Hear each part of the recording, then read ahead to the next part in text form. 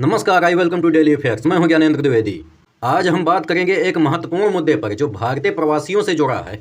दोस्तों, क्या आपने कभी सोचा है कि कोई भारतीय अगर अमेरिका में सुपर सक्सेसफुल बन जाए तो उसे वहां कितना सम्मान मिलेगा? लेकिन जरा रुकिए, हकीकत इससे बहुत अलग है। बात करते हैं विवेक रामास्वामी की। विवेक रामास्वामी जो एक भारतीय मूल के सफल बिजनेसमैन और नेता हैं, उन्हें सिर्फ इसलिए ट्रोल किया जा रहा है क्योंकि उन्होंने अपने घर में नंगे पैर इंटरव्यू दिया। कुछ लोगों ने इन्हें थर्ड वर्ल्ड अंकल तक कह दिया। अब सवाल यह उठता है कि यह सिर्फ एक मजाक था या इसके पीछे एक गहरी मानसिकता छिपी हुई थी। पश्चिमी देशों में भारतीयों के खिलाफ नस्लवाद क्यों बढ़ रहा है? क्या अमेरिका भारतीयों को सिर्फ एक कर्मचारी के तौर पर देखता है? आज हम इस पूरे मामले पर डीप एनालिसिस करेंगे और अंत में आपको एक शॉकिंग डेटा भी दिखाएंगे जो आपको सोचने पर मजबूर कर देगा। तो चलिए शुरू करते हैं।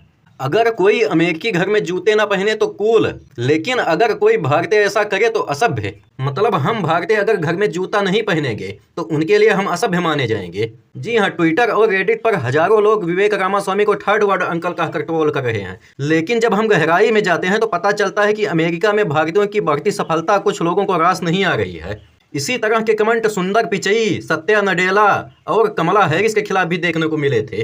अब सवाल यहाँ पर यह उठता है कि क्या यह सिर्फ विवेक रामास्वामी तक ही सीमित है या फिर यह हर सफल भारतीय के खिलाफ इन लोगों की मानसिकता ही ऐसी हो गई है? अमेरिका में 50% भारतीयों ने पिछले साल भेदभाव का अनुभव किया। 2023 और 24 के एक रिपोर्ट के हिसाब से माने तो भारतीयों के खिलाफ ऑनलाइन हेट कमेंट 100% बढ़े हैं। अमेरिका में कई कंपनियों में भारतीय सीईओ हैं, लेकिन फिर भी इन्हें बाहर का आदमी माना जाता है। तो आखिर भारतीयों के खिलाफ इतना नस्लवाद क्यों बढ़ रहा है? अब यहाँ दो पहलू हैं। भारतीयों की सफलता।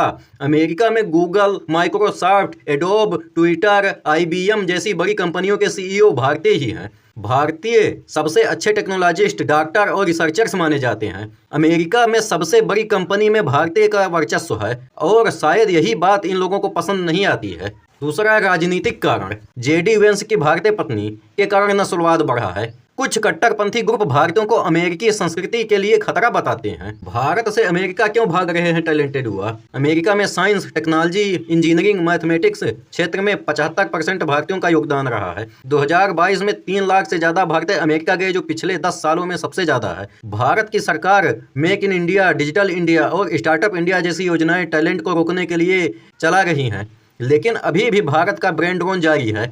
तो क्या भारत को अपने टैलेंट को रोकने के लिए कुछ बड़ा करना होगा या फिर भारतीय युवा हमेशा विदेश जाना ही पसंद करेंगे? अब सवाल यहाँ उठता है कि क्या पश्चिमी देश भारतीयों की सफलता पचा सकते हैं? क्या नस्लवाद के बावजूद भारतीय अमेरिका में सफल हो सकते हैं? और क्या भारत को अपने टैलेंट को वापस लाने के लिए बड़े कदम उठाने होंगे? ये सवाल आपके लिए है। कमेंट सेक्शन में बताइए, क्या आपको लगता है कि भारतीयों को अब अमेरिका छोड़कर भारत वापस आना चाहिए? और क्या अमेरिका सच में भारतीयों के लिए अनुकूल जगह है या सिर्फ एक वर्किंग डेस्टिनेशन है? अगर आपको यह वीडियो पसंद आया हो तो लाइक करें, शेयर करें और हमारे चैनल को सब्सक्राइब करें। मिलते हैं अगले वीडियो में। जय हिंद।